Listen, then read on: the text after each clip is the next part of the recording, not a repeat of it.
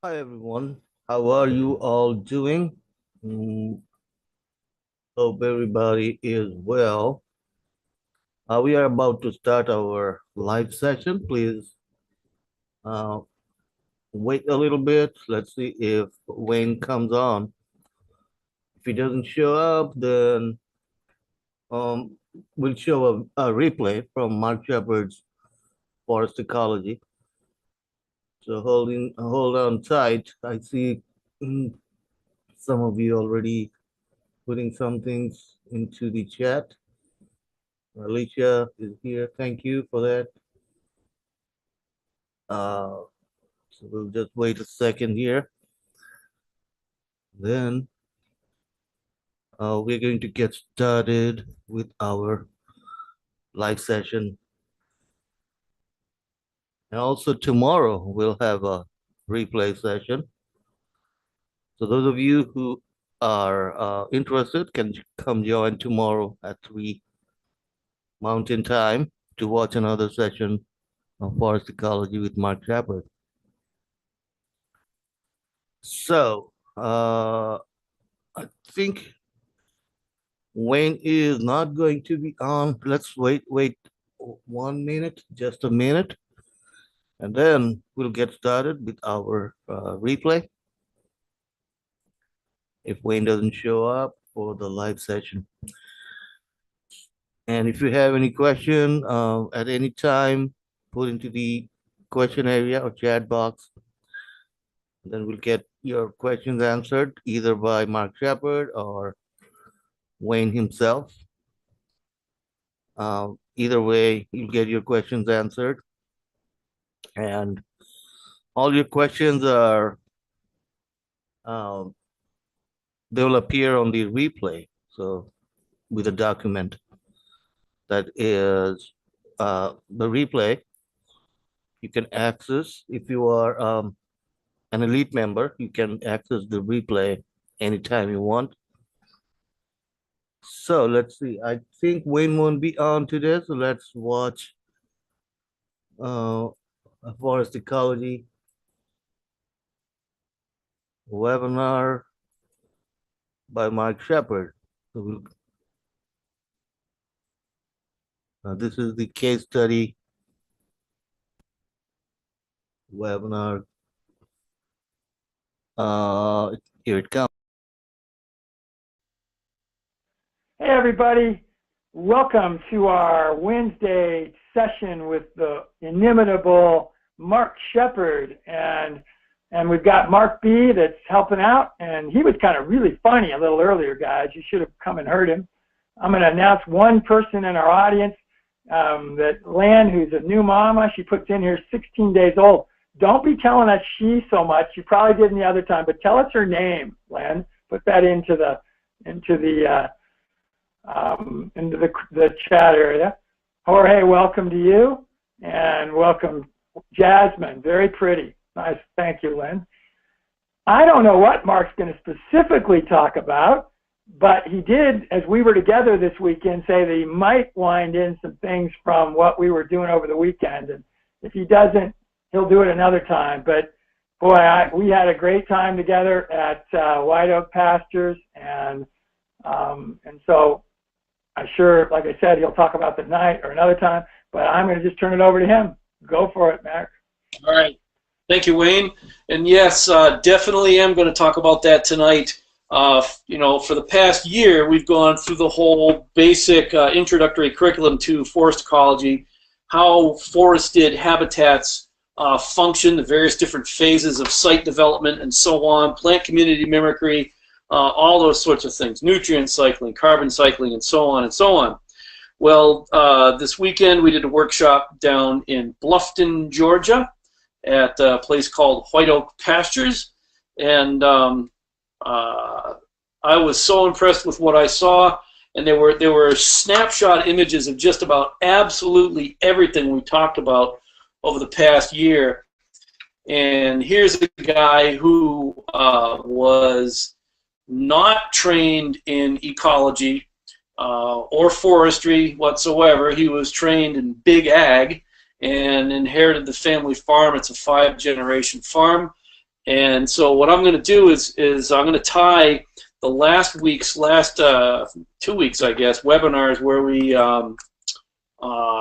we're doing case studies of here are 3 different projects where people are dealing with a particular situation, how to convert a particular forest type into a more native natural forest type that's heavily loaded toward the food production side of things. We do invasive species control and reestablishment of some sort of mixed forest.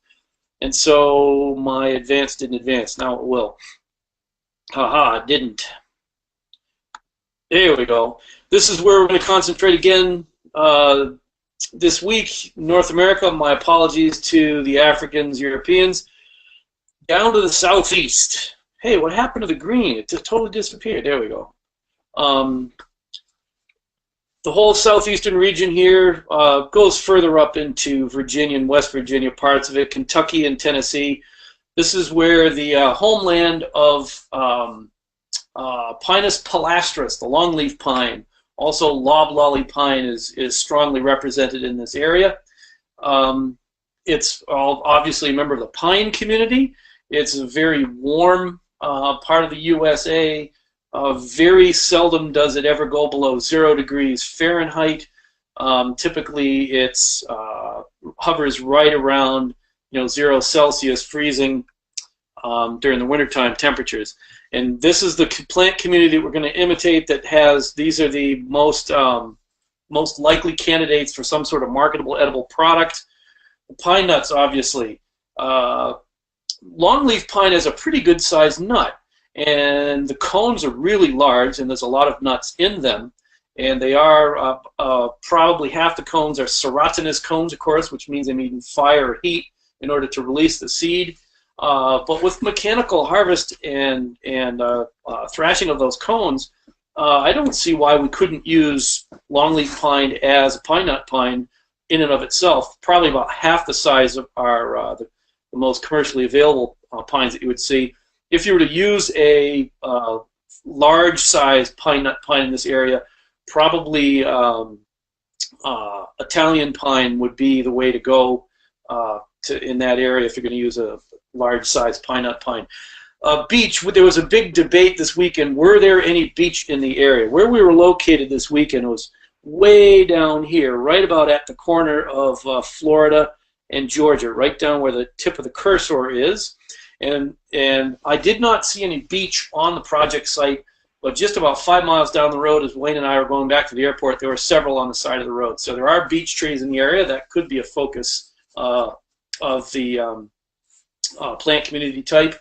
Prunus, of course, Georgia's famous for peaches, and there were wild seedling peaches that were escaped all over the place. There were various different kinds of cherries that were mostly not really all that big, marketable, fast-growing, evidently down there, disease susceptible, they fall over readily, all kinds of bush plums, etc. It'd be worth trying almonds, and of course all kinds of other different types of cherries. I'm not going to focus on a plant community type tonight, but one of the species that is almost an invasive weed is this fabulous little nut tree called the pecan. There were service berries. There were some service berries, Amelanchiers. There were only a few of them, not looking too happy. I did not see any hazelnuts. The closest to this area that I've seen hazelnuts is up in the northeastern Georgia area. I don't know if there's any native hazelnuts down there or not. I wouldn't bother with Siberian pea shrub. It's having a hard time this far south up in Wisconsin. It's obviously not from around here. Blueberries also, it's not necessarily the more northern types of blueberries, which are cold hardy. There are rabbit eye varieties of blueberries that are grown all the way down into Florida. Raspberries, not just raspberries, but especially blackberries. Blackberries are almost a problem weed there. And if I was able to imitate our host's accent, I'd just love to talk like him. He was a consummate Southern gentleman, a real slow, almost incomprehensible to us Northerners. But he said that their blackberries are the sweetest blackberries in the world. Lingonberries, which are on the cranberry side of the family, probably not a good idea. They have all kinds of grapes down there crawling all over everything, mostly the muscadine types. And there were also lots of elderberries in the area, and so if you're concerned about commercial wine grape varieties not doing well, go ahead and use your muscadines and spike it with elderberry juice and balance it out that way. Probably not wintergreen, that's a more northern thing. But of course, fungi, forage, and livestock. That's a great plant community right there to imitate. And another one, in this site, it was two different types. There were lower areas that had a lot of water oak, and then higher, drier areas had a lot more turkey oak. Now, you got to understand, when I say lower areas and higher areas, I mean the difference between them in elevation may only be 3 or 4 feet. It was ridiculously, compared to where I live, ridiculously flat. Everything else we saw thrown in there. And then this is what the somewhat endangered longleaf pine savanna habitat type looks like. It's there are several state parks, and the Okefenokee has a lot of examples of this in eastern Georgia. I know the Everglades has a lot of this represented in it. All through the Florida Panhandle is the longleaf pine savanna. So that's the look of what longleaf pine savanna was. It's another example of native longleaf pine savanna. The grass is partial canopy, not a dense closed woods. And of course, as we know, the savanna was periodically, episodically disturbed by fire. It's a totally fire dependent and fire tolerant system. If there's no disturbance that mimics fire, it goes to closed canopy forest. Shade tolerance begin to grow up underneath it. The grass component disappears. A massive amount of diversity, plant life, and higher order animal life disappears. Wind, of course, is one of the major disturbances in the whole longleaf pine savanna system. And we saw some evidence of this while we were down there. You can imagine that it's going to get hit by hurricanes periodically where it's at. Up on the upper ridges, the higher ridges, this is turkey oak savanna. These photos that I've showed so far are all from natural native areas that are remnant wild lands that have not been farmed before. This, on the other hand, this happens to be a ecological restoration. This has been done on purpose. This is managed specifically to be a longleaf pine savanna. And the target species, what they're doing is they are managing specifically for quail. And the reason why they're managing specifically for quail is because quail hunters like to hunt quail. Quail picture takers like to take pictures of quail. So this whole entire ecological restoration is focused on quail habitat. It involves a lot of herbicide use. I could see evidence of spot application of herbicide on undesired species. There's a lot of invasive species in the area, from Ailanthus to Chinaberry to Chinese tallow, that were really taking over, and they were managing invasive species using herbicide and of course fire. Not so much visible here, but you can see on the bases of the trunks, you see fire scars. So they've been managing with fire, and what they're also doing is they're managing. Here's another example of fire. This is at a project area that I was at. This is in North Carolina. But this is back to the quail preserve. And what a coincidence that this quail preserve with this ecological restoration be right next door to white oak pastures. All of these facilities that you see here, these are the grain storage silos where they store all the feed that they feed the quail out in the restored pine savanna. So think about the economic model here. You have somebody, it's a privately owned nature preserve. Somebody is spending all kinds of money on herbicide, on fire management, on the staff to be able to monitor various different plant populations and bird populations. They're raising quail, they're releasing quail, and they're feeding quail out in that habitat because they are doing ecological restoration for the benefit of quail. Now, one of the things with ecological restoration is in much of ecological restoration is done based on a target species or several target species. When you do that, what you find out is that you'll end up elevating populations of other species as well. Your management for quail, for example, will also benefit all kinds of other species, especially plant species, in that southern pine savanna. So it's interesting. So you look at this picture right here. Let's go to that one. So this is pine savanna that has been achieved through inputs, through mowing. There's even an area over here on the left where they had done some tillage. Mowing, tillage, hand removal of undesired species, herbicide removal of undesired species, controlled burns on occasion, feeding the target wildlife, which was quail. So the 6 different places, at least 6 different places, where they're doing inputs into this particular system.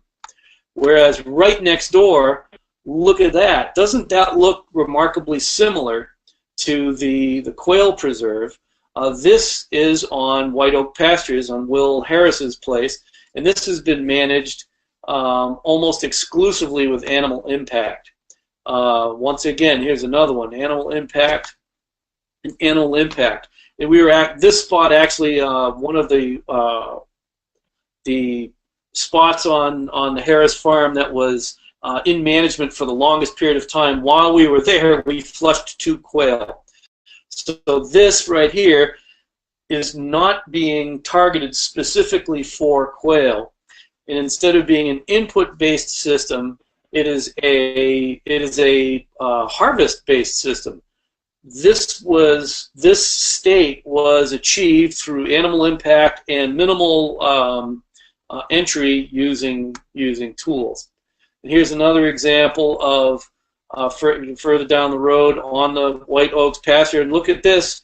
Naturally, automatically, we get some wind throw. We get this pit and mound architecture, or a swale and a berm architecture. We have snapped overstory trees and knocked down to the ground. And you notice the electric fence, and you can see the trampling on the ground. So we show up at this place. It's one of the most remote areas east of the Mississippi River, in that it's furthest to any place. Like the nearest town where you could go to a laundromat and do laundry is like 45 minutes away. To go to a town that had any kind of nightlife whatsoever. So that town that was like 45 minutes away was only like 3,000 or 4,000 people. The nearest small city, 30,000, 40,000, was an hour and a half plus. When we first showed up, it's gray, it's steamy, it's hot. I met Will a number of years ago in Washington, D.C., and he and I took a liking to one another. But when I got down here, I realized really short order that we were going to get along really famously, because look at the name of that street. Boom, Shepherd Street. Dum, da, da. So for some reason, shepherds are connected down there. This is the White Oak Pastures, the main part of their facility. There's a restaurant over here. I didn't show all the pictures. There's a egg candling facility, all USDA licensed, so they can send eggs out of the area. There's a abattoir for the red meats. There's a abattoir for birds. There's a restaurant in here, and this all started. It's a 5th generation family farm. He got started 30 years ago, I guess. But it was 20 years ago when he all of a sudden decided to convert everything and go ecological. Formerly, it was 320 acres, I believe it was. They were doing row crops, the classic row crops of the area, which are peanuts, cotton, and corn. And there were 4 people who were involved in the operation, all family. And then in the past 20 years, since 1995, after going to grass and realizing how little work you need to do in order to graze some animals and make a couple of bucks, they started to run into challenges all along the way. And if you can imagine, first of all, you get some cows, you put them out on grass. It doesn't take that much work, but you realize you're not making enough money, so you need some more land, so you need more cows, need more fencing. Then all of a sudden you get too many cows to access the current markets that you're in, and so your challenges kind of snowball in front of you. And being in a desolate area, there was no infrastructure. So every piece of infrastructure that they needed for getting their products to market, they had to invest in as a family farm operation. And so in the past 20 years, they have continued to expand and grow in the marketplace, so that right now they're at the size, the scale where they are slaughtering 50 steers a week. Who knows how the heck many birds and hogs, but they are the largest pasture-raised chicken operation in the USA, and this is all happened so fast in the past 20 years. They're now up to, I believe it was 2,000 some odd acres that they own, and another 1,500 or so that they rent. And as of a few days ago, there were some 136 employees. Also, what's happening, you saw the previous picture of the old building downtown here. This downtown was more of a ghostland downtown than most of that I've ever seen. And so they began buying some of the salvageable buildings, and they've built a country store in one of them. They built a value-added products facility in another one, where they use all of the animal products from hoofs and horns and skulls and hide. Even I wish I had that Georgia accent. You know, even penises and testicles, he said. Sell them to somebody. This is the main the abattoir facility where people are slaughtering the beef. Obviously, it's big truck country. There's Mr. Will Harris himself, the proprietor, and yes, indeed, they actually do cattle, sheep, goats, hogs, rabbits, chickens, turkeys, ducks, geese, guineas, pastured eggs, certified organic vegetables. And there's all the contact information if you want to get it. They self-deliver what they can, and they also deliver wholesale. There's trucks coming and going. It's quite a going concern they have there. They have a little flatbed truck that they take people around on tours. It's got a roof on it. It needs it because of the thunderstorms that come periodically. This is the loading gate for the abattoir where the four-leggeds go in.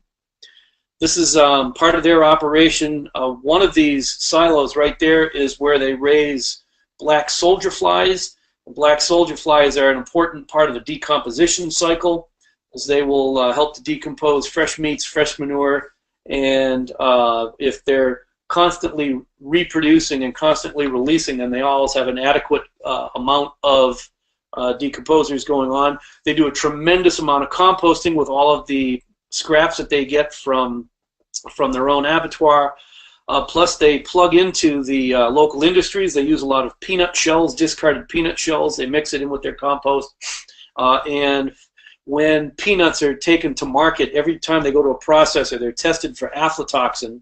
And all of the peanuts that have been tested for aflatoxin get thrown away. And instead of getting landfilled, Will picks them up and he feeds those to his pigs. So if you can imagine a peanut butter-fed pig, it's pretty amazing. This little trailer right there is where they do the rabbit breeding. They found out that when all the rabbits were outdoors, although they were practicing copulation, there were actually zero reproduction going on, and they think it was because of stress. Every time a bird would go by or a shadow would move, the rabbits would freak out and spontaneously abort or reabsorb the fetus, whereas if they put them in the shed and make sure everybody has conceived, once all the does are pregnant, then they take them out and they put them out in pens and they let them wander around in the pasture. Tremendous number of cattle. This one herd here is some 2,100 animals strong. There were easily a half dozen herds of animals, and there were just about every look, make, and model number of bovine that you could imagine. And he had done a lot of prize Angus breeding back when he first got started, so that's really heavily weighted towards Angus. And his one criteria right now for beef breed is if she gets pregnant immediately after weaning the calf, and if she delivers another calf, she gets to stay. Who knows who the father is, because he's one of the guys that somehow managed to stay in the herd. And there was a goat that was actually limping by once, and he told me, you know, Mark, there's two ways that problem's going to solve itself. One, that goat's going to die. Two, that goat's going to get better. And so it's very much a natural selection method. No dewormers. They don't use any dewormers. There's no parasite issues. It's a closed herd for the past umpteen years. They haven't brought in any other animals from off-site, and it's obviously quite site adapted. No mineral amendment to the soil. All of this pasture that you see right here, this is about 20 years under holistic management with heavy animal impact.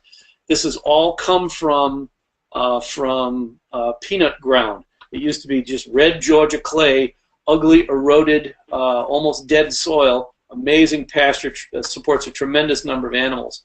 And this particular field, when we were in with that herd, probably the closest I've ever seen to anything that looks like the African savannas with all the birds, the cattle egrets. And this little egret right there is actually picking bugs right off, picking flies right off the cow. There were some black colored birds that don't exactly know what variety they were that were riding on some of the cattle.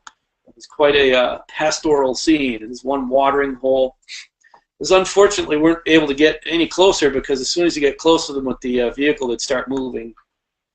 Yes, they raise pigs, tons of pigs. These are actually Iberian pigs that make the famous jamón ibérico in Spain. They have a relationship with some breeders and some chefs over in Spain.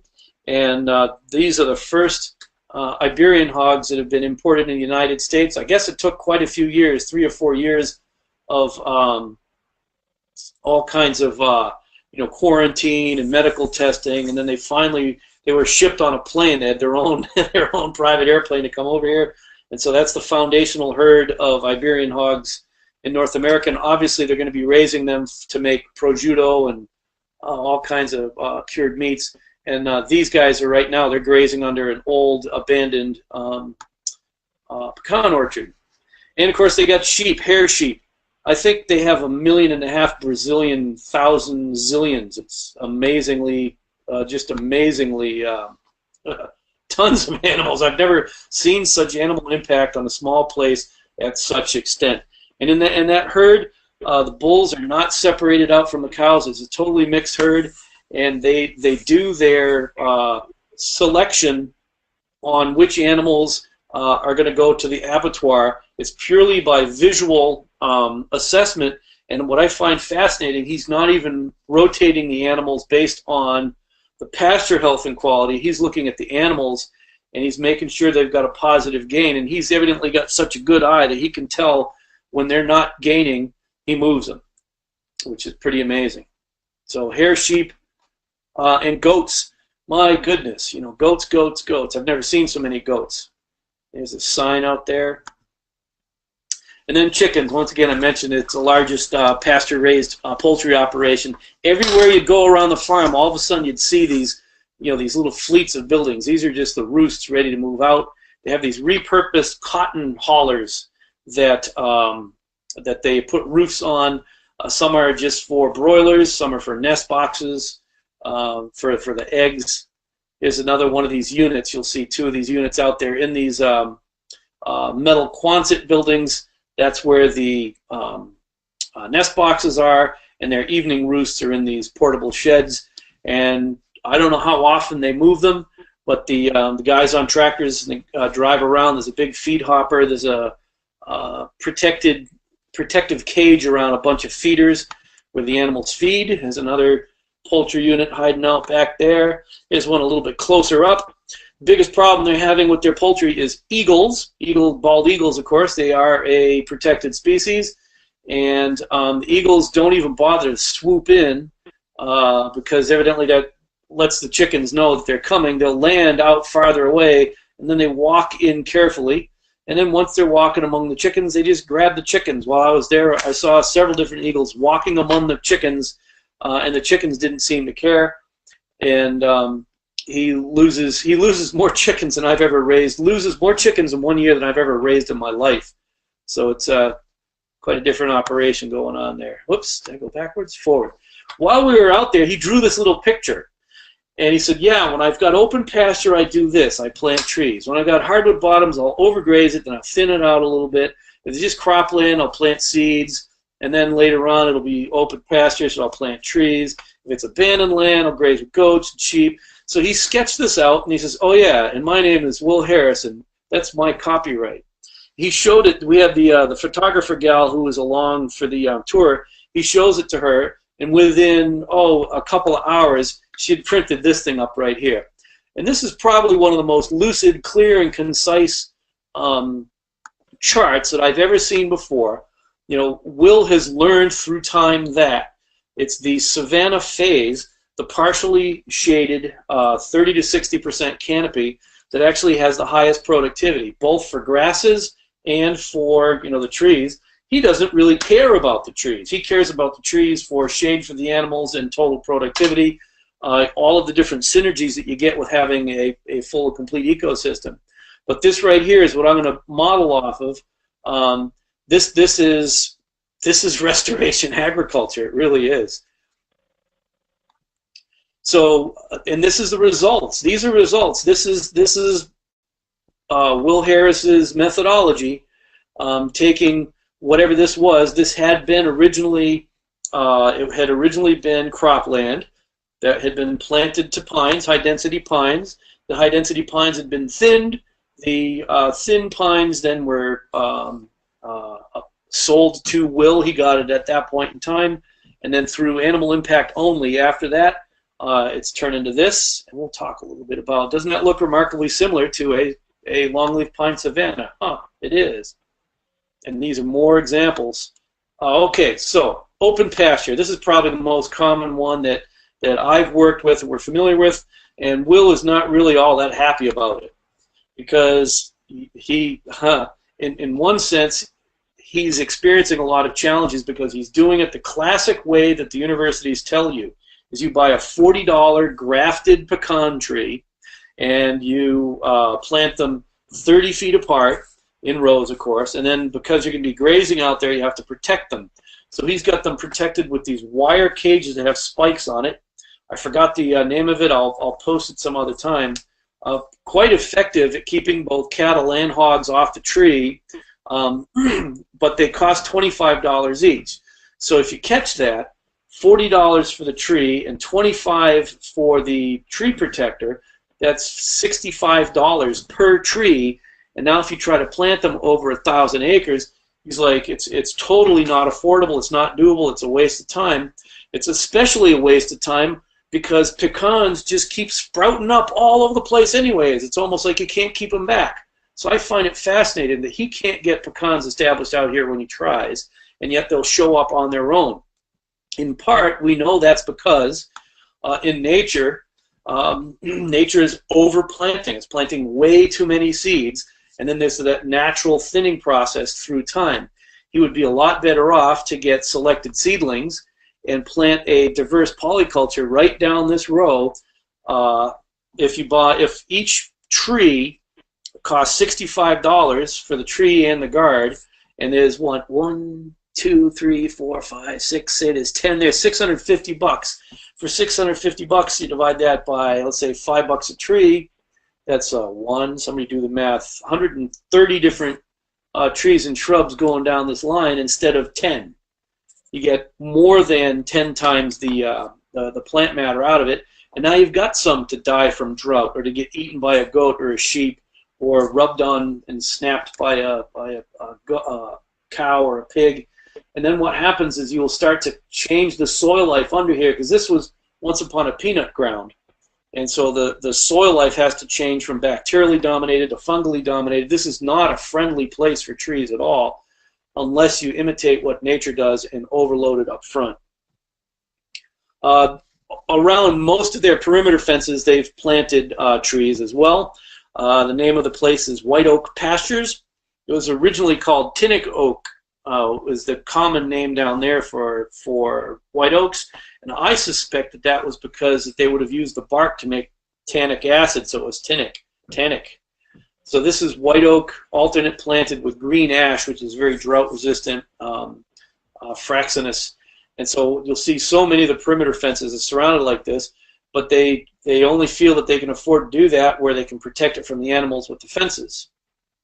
So we have a lot that we can help them out with there. There's more of these trees planted out in open pasture. So when you got an open pasture, plant trees.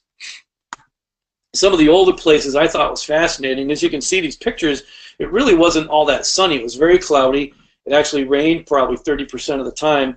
Amazing thunderstorms, lightning storms that kept me up all night one night. Even though it was May and it was cloudy, the cattle are hanging out under the shade.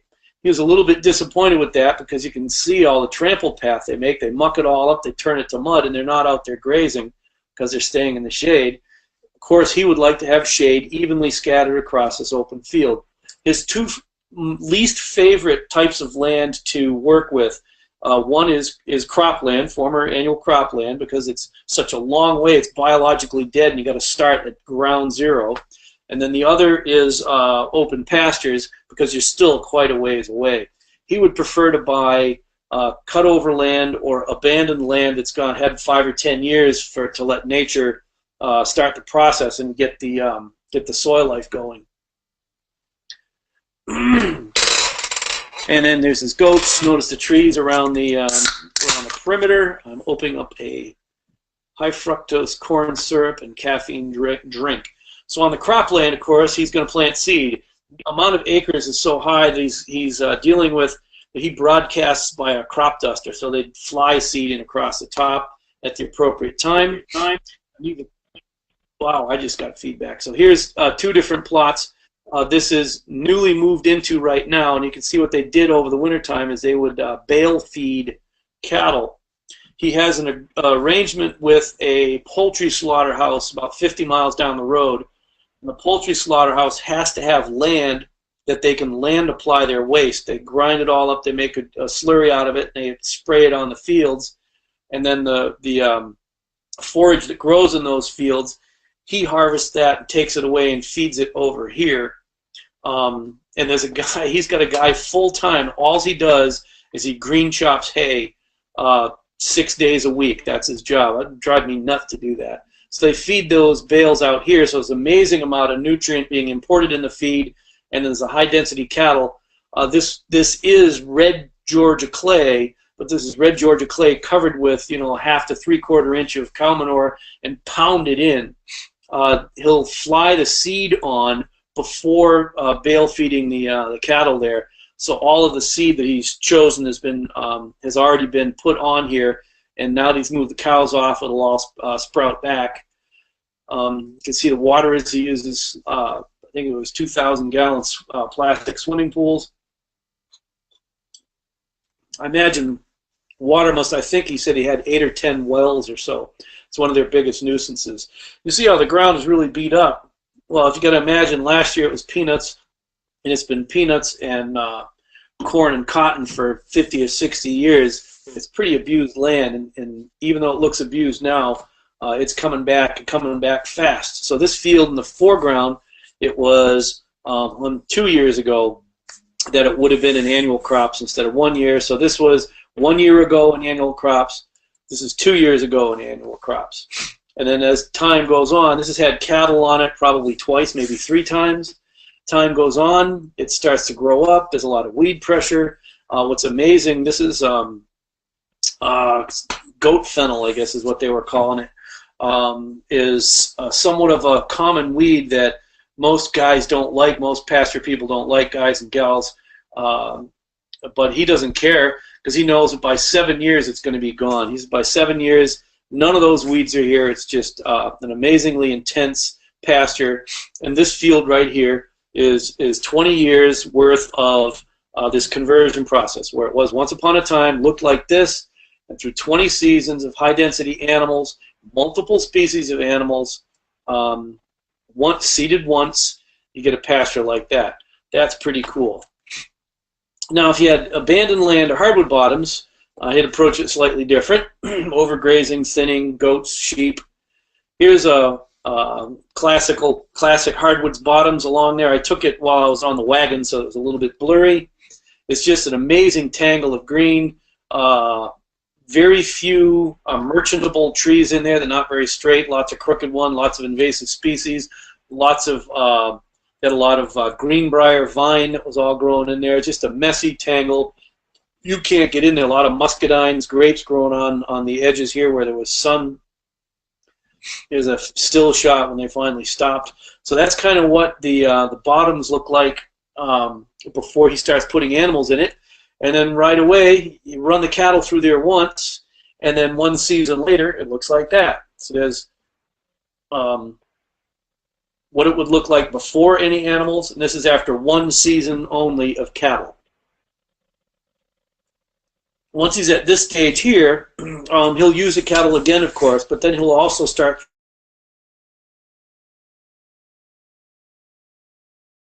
phase right here, and then now you can see there's a little bit of a browse line. He started to send in the goats and the sheep, and sometimes they'll start to do some strategic thinning where they'll take out trees episodically, because when the brush is really thick under there, the goats and the sheep don't like to dive into the thicket. They'll eat at the edges, and so they'll drive through with a forestry mulcher, much as we showed earlier this summer in a couple of these strip cuts that we were doing. Just grind out a strip, and so then all the stuff re-sprouts, and then the goats and the sheep aren't afraid to go in and eat from the edges. They'll eat in here and they'll eat in there, as well as eating in the alley in the middle. So after a few seasons, now you don't have the re-sprouts so much. You now have a thinner canopy.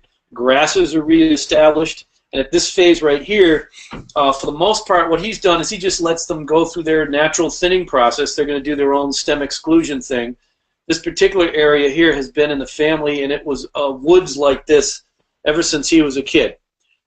So they've always had animals in this, and they've never really cut any trees. Unlike us northern folks that actually have cold temperatures, they really don't have a large demand or need for firewood there. They have thousands of acres that I think represent a huge and amazing resource base for a potential mushroom operation. And because they have all of the marketing in place, they've got all of the distributors are showing up with trucks, they've got the freezers, the coolers, they've got the value-added processing facilities. This is just a walk-in for somebody to come in and start their own mushroom enterprise, a whole host of different mushrooms, and it would only help the grass to grow better. And since he's a livestock guy, you know, through and through, it's all about the livestock. We go in and grow mushrooms and help that grass grow so he can have more livestock, he would be a happy guy. Once again, you see the browse line underneath, some of the rich Georgia clay on the roadside ditch there. A little bit thinner once your goats go through. So this one is probably like 3 or 4 years of cattle and sheep and goats. Now, if you get some cut over timber, like a clear cut, his favorite tool on that right away is the pigs. And last week, how we were showing the black locust, being cleared underneath the understory using pigs. That's what he uses it for. They're the big erase button. And so this was a clear-cut area. This was the only place where I was able to get side-by-side photos of they were here before, now they're here, now they're going there next. And so with the pigs, his intention in the cut-over areas is to mess it up. And they have done that. And if you notice all of these sticks laying on the ground, you can't really see them all in here. There's a couple, right? There's one right there. The stumps from all the trees that were clear-cut. This was once upon a time cropland that had been planted to pine. The longleaf pine and loblolly pine down there, they're basically on a 50-year cycle. They're harvested in 50 years. So the pigs are used as the mess-up tool, and all of their pigs are fed grain. These actually this technique messes up the ground cover more than another technique, which I'll show later on. I hope I can get to it tonight. They are fed grain, but they plow it all up, so it's just a little bit on the underfed side. So you can see how they've moved from there. After they've messed that up, they move over here. They're going to continue to mess this up. And he's doing this on purpose because he wants to get that soil exposed. And what he wants to have happen is some of the residual stand, which is a preferred tree type, pecans and oaks. He wants to favor those, pecans and oaks. And as long as you're watching the residual stand and watching how destructive they are, you move the pigs out before they destroy your chosen trees. And this is kind of what it looks like. So here's this. Well, then what happens is a lot of little stumps in here of the brushy stuff. that as soon as you move these guys out of here, the brush is going to respond. There's going to be a tremendous amount of resprouts, and so it'll look like this. And now's when he brings in the goats. And then you go in and you annihilate this with goats. And he is the first person I've ever talked to who said, oh yeah, it's amazing about goats is they only seem to eat the things I want to get rid of anyways. They don't like his oaks and they don't like his pecans. And you can see all these light green foliage. These are all pecans naturally reseeded in the understory of what was once a pine plantation. So I think that's pretty amazing. And then after the goats get through there, they remove most of the other brush. You get this beautiful little mixed, I mean, this is how he should plant trees in his pastures. That kind of density, you're going to have trees that survive with no tree guards, very little care, and if you're using seedling material, you'll have enough genetic diversity that you shouldn't have to worry about getting plenty of high-yielding trees. And he's obviously favoring mast trees, the ones that produce nuts, such as the the pecans and oaks, obviously. By cut-over timber, I mean logged land. This was a clear cut once upon a time. I think this one was like 7 years since it was clear cut. This previous one here, this was all a clear cut. So this was once upon a time, probably 50, 60 years ago, this was peanuts or corn or cotton. And somebody stopped growing the peanuts, corn, and cotton, planted pine, longleaf and loblolly pine. Then the pine grew. After about 25 years, they would have thinned it 50 to 60%, and they'd sell that wood for paper.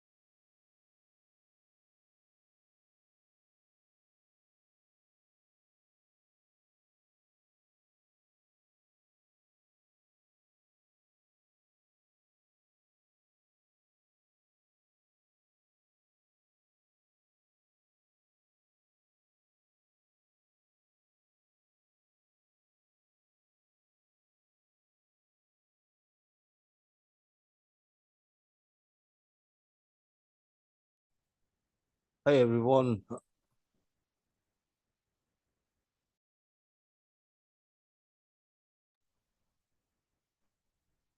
Oh,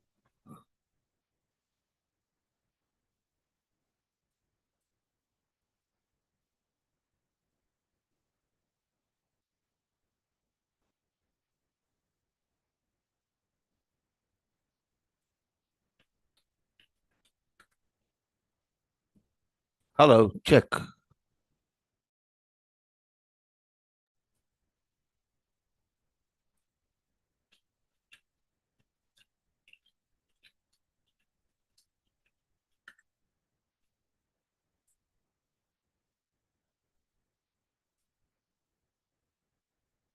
Let's try this.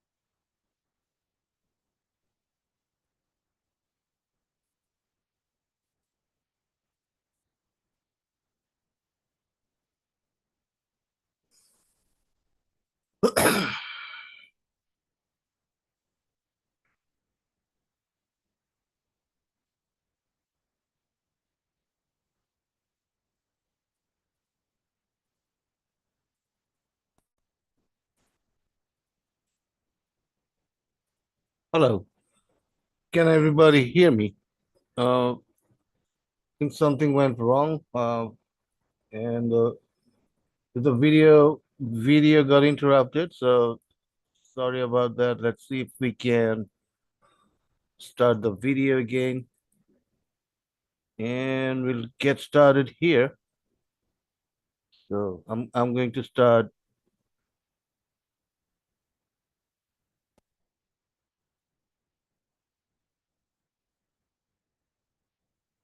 Let's see.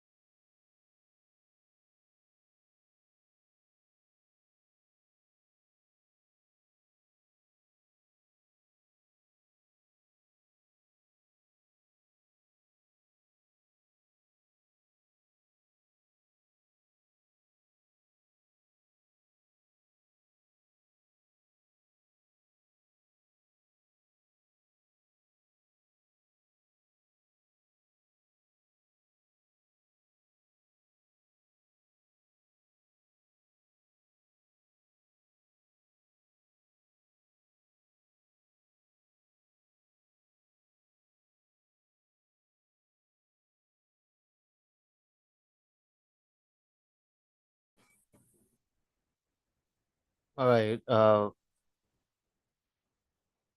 Everybody, was the video coming through? I'm not sure. Something went wrong. So uh, I'll start the video again. Hang in there. So I'll try to play the video one more time and hold on. Let's see.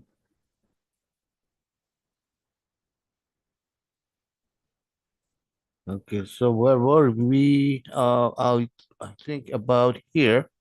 Years since it was clear cut. This So can everybody see the video now? Put in the chat. Let's see if the chat is working. Okay. All right, here we go. previous one here, this was all a clear cut. So this was once upon a time, probably 50, 60 years ago, this was peanuts or corn or cotton. And somebody stopped growing the peanuts, corn, and cotton, planted pine, longleaf and loblolly pine. Then the pine grew. After about 25 years, they would have thinned it 50 to 60%, and they'd sell that wood for paper pulp. And then at year 50 plus, they would clear cut the whole thing and then sell the land on the market. And this is what would result from it after this, in this case, 7 years from clear cut. You'd have it looking like this. He's got a fully stocked regeneration here. He's got pasture forever and he's got trees forever using this technique. It's very well done. And then this is just a few years later after all those stump sprouts. So you've got all these sprouts and all the new, the regenerate. This is the advanced regeneration that we talked about later on this summer. And then this is now the replacement stand. So if we look at this picture, this picture, this picture, this picture, this is recovery from clear cut. They clear cut the ground, put the hogs in.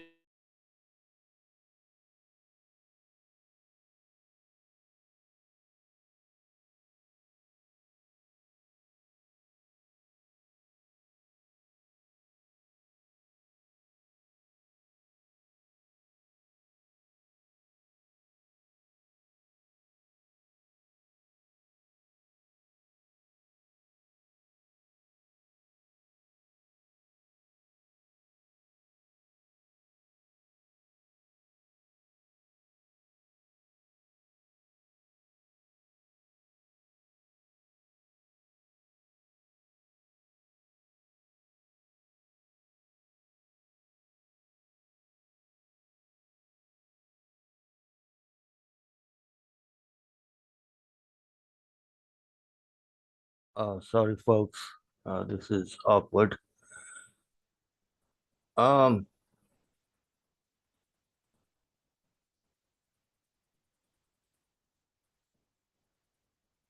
oh, well, how about we call this right now? I think we're having some technical issues and we might come back tomorrow. So come back tomorrow and we'll watch another replay. So uh, we're having some technical issues. Guys, come back tomorrow and watch our replay. So have a great rest of your day and go to our website and watch uh, Mark Shepard's Restoration Agriculture. So thank you so much for being with us today. We'll show you the rest of the, or we'll show you another video tomorrow at 3 o'clock Mountain Time. So have a great rest of your day and